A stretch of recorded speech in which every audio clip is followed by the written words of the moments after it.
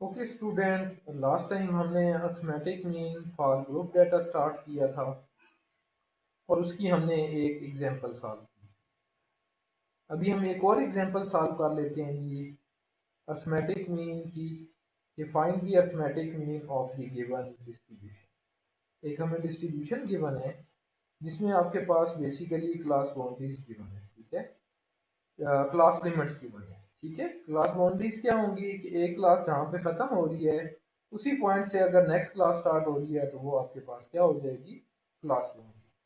बहरहाल यहाँ पे आपके पास क्लासेस और फ्रिक्वेंसी गिवन है, और ज़रूरी नहीं है कि आपका क्वेश्चन क्लासेस और फ्रिक्वेंसी, यूँ भी हो सकता है कि आपको एक्स की वैल्यूज़ गिवन हों और एफ की वैल्यूज़ गिवन, और उसका भी आपने अर्थमेटिक मीन फाइंड करना हो, उसमें आपके पास इजी हो जाएगा, आपको मिड पॉइंट फाइंड आउट नहीं करना पड़ेगा। तो यहाँ पे आपके पास क्लासेस हैं 0 to 9.5, 10 to 19.5, 20 to 29.5 and so on आपके पास है 99.5 तक। 90 टू लास्ट क्लास जो है वो आपके पास कौन सी है, 90 टू 99.5। और साथ में इसकी फ्रिक्वेंसीज भी गिवन। तो हमने क्या करना है, इसका अर्थमेटिक मीन फाइंड आउट करना है। अब अर्थमेटिक मीन फाइंड आउट करने के लिए सबसे पहला स्टेप हम क्या करेंगे, सबसे पहले स्टेप में हम x की वैल्यू फाइंड आउट करेंगे, ठीक है। सबसे फर्स्ट स्टेप में आपने क्या करना है, x की वैल्यूज फाइंड आउट करनी है।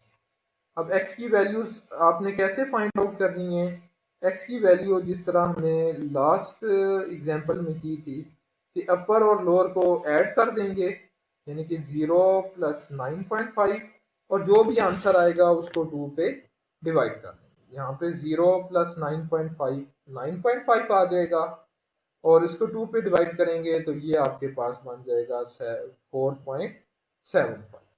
नेक्स्ट आपके पास 10 प्लस 19.5, दोनों को ऐड करेंगे, ये आपके पास 29.5 आ जाएगा।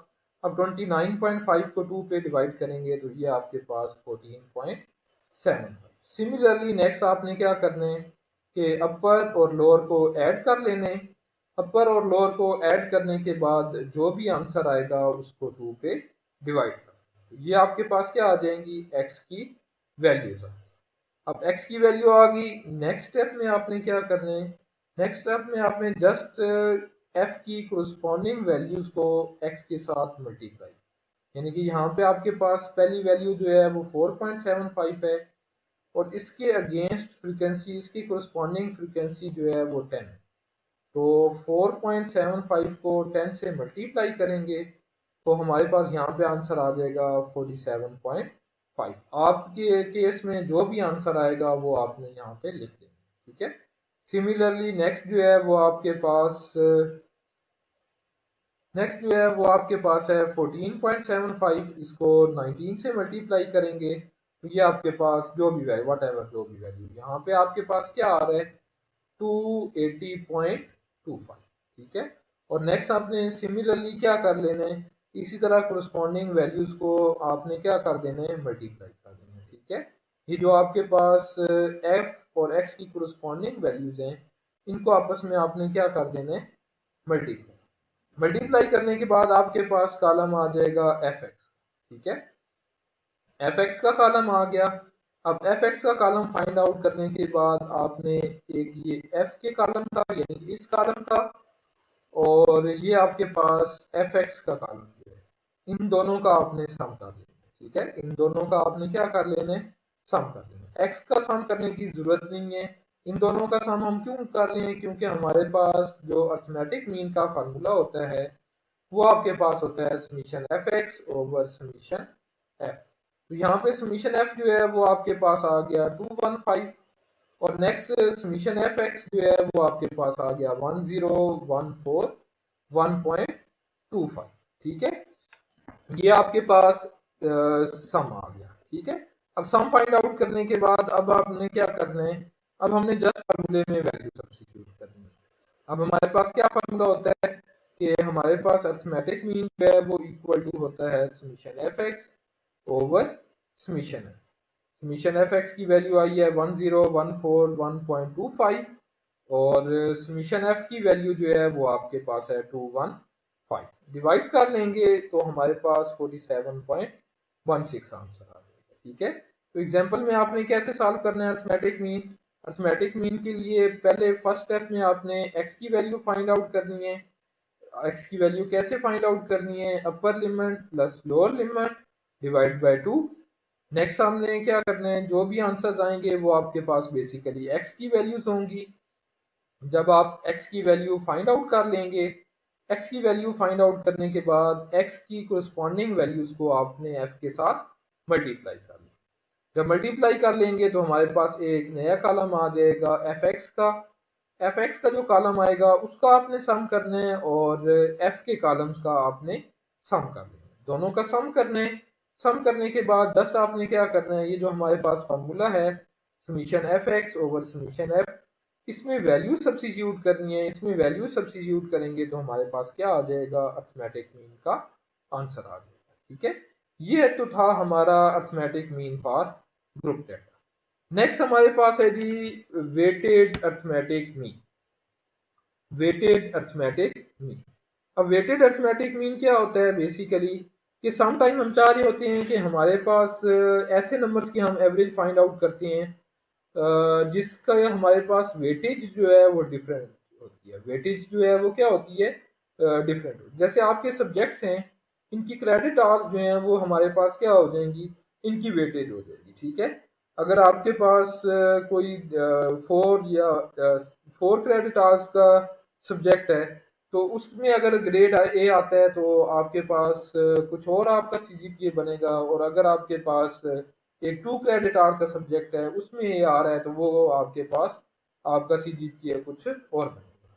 तो यही चीज़ है जी इसमें आपके पास कि some time we wish to find an average of a several number which are not equally important, कि हमारे पास क्या होती हैं कि कुछ ऐसे नंबर होते हैं जिनकी इम्पोर्टेंस जो है वो इक्वल नहीं होती। वही बात आ गई कि कुछ सब्जेक्ट्स जो हैं वो हमारे पास क्या होते हैं, उनकी इम्पोर्टेंस या उनकी वेटेज या उनके क्रेडिट आवर्स जो हैं वो इक्वल नहीं होते। ठीक है, उनकी क्रेडिट आवर्स जो हैं वो आपके पास इक्वल नहीं होते। The relative importance of the number is called its weight. जो रिलेटिव इम्पोर्टेंस होती है यहाँ पे उसको हम क्या कह रहे होते हैं, वेट कह रहे हैं। यहाँ पे उसको हम क्या कह रहे होते हैं, वेट।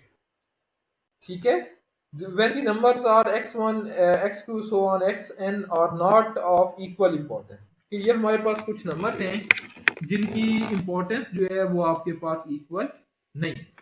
हम इनके साथ क्या एसोसिएट कर देते हैं, इनके साथ सर्टन वेट्स एसोसिएट कर देते हैं।